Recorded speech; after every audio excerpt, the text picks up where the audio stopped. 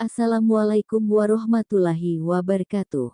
Sahabat Arsa di mana saja berada, video kali ini akan mengisahkan tentang kelahiran Rasulullah Sallallahu Alaihi Wasallam.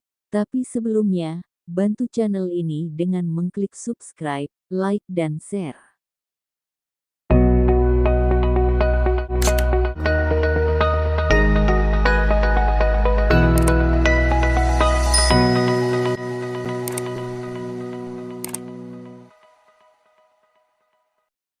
Nabi Muhammad Sallallahu Alaihi Wasallam lahir pada tahun Gajah. Tahun kelahiran Nabi Muhammad Sallallahu Alaihi Wasallam disebut tahun Gajah karena ada sebabnya. Pada tahun yang sama, pasukan Gajah Abrahah menyerbu Makkah dengan tujuan menghancurkan Ka'bah, namun pasukan tersebut ditaklukkan oleh burung ababil. Setelah penyerangan yang dilakukan pasukan Gajah, Nabi Muhammad Sallallahu Alaihi Wasallam lahir dari rahim ibu bernama Aminah. Kelahiran Nabi Muhammad Sallallahu Alaihi Wasallam tepat pada malam menjelang dini hari Senin, 12 Rabiul Awal tahun Gajah yang bertepatan dengan tanggal 20 April tahun 570 M. Nabi Muhammad Sallallahu Alaihi Wasallam lahir dalam kondisi yatim. Ayahnya, Abdullah telah meninggal dunia. Nabi terakhir ini diberi nama Muhammad oleh kakeknya, Abdul Muthalib. Penamaan Muhammad pada anak laki-laki Aminah ini menjadi suatu pertanyaan bagi kalangan orang-orang Quraisy. Kepada Abdul Muthalib orang Quraisy itu mengungkapkan keanehan soal nama Muhammad.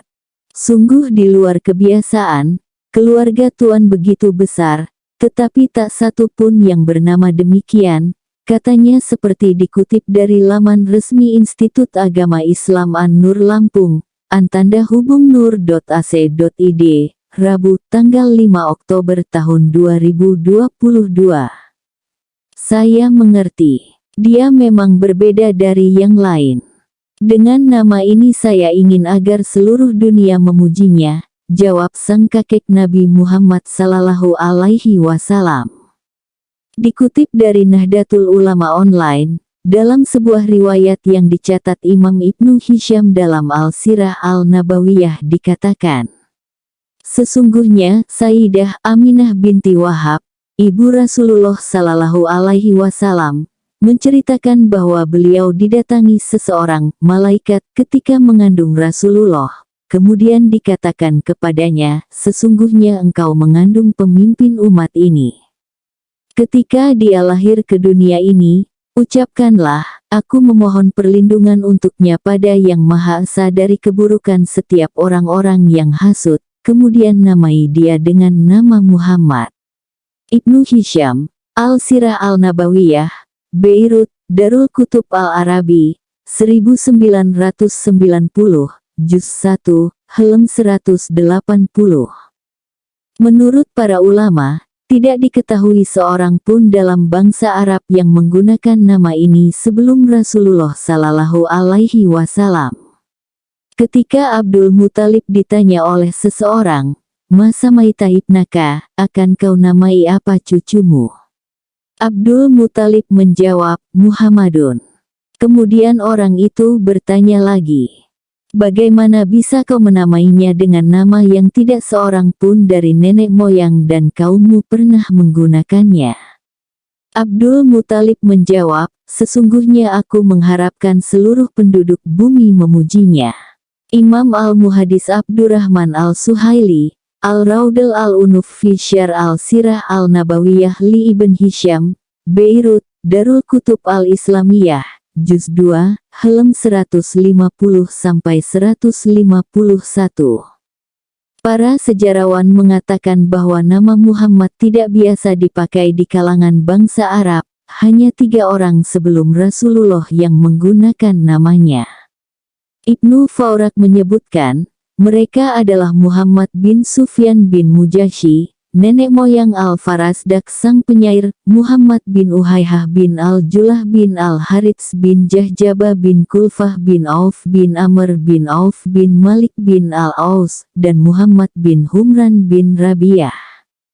Ada kebiasaan ketika bayi yang baru lahir di Mekah, yakni bayi yang baru lahir itu diasuh dan disusui oleh wanita desa. Tujuannya agar bayi yang baru dilahirkan dapat diasuh di lingkungan pergaulan masyarakat yang baik. Ketika Nabi Muhammad SAW lahir, ibu-ibu desa saat datang ke Makkah hendak mencari keluarga yang ingin anaknya diasuh dan disusui.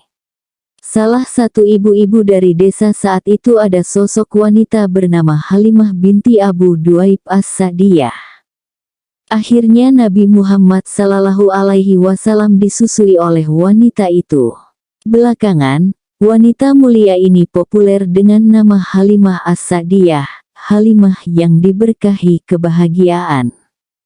Kisahnya, Halimah yang berasal dari keluarga miskin sempat ragu untuk menyusui bayi dari Aminah, karena keluarga Aminah juga tidak terlalu kaya. Namun akhirnya ia menyusui sekaligus mengasuh Nabi Muhammad SAW.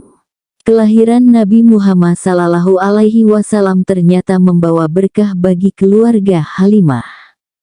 Sejak Nabi Muhammad SAW diasuh dan disusui oleh Halimah ada kejadian-kejadian luar biasa.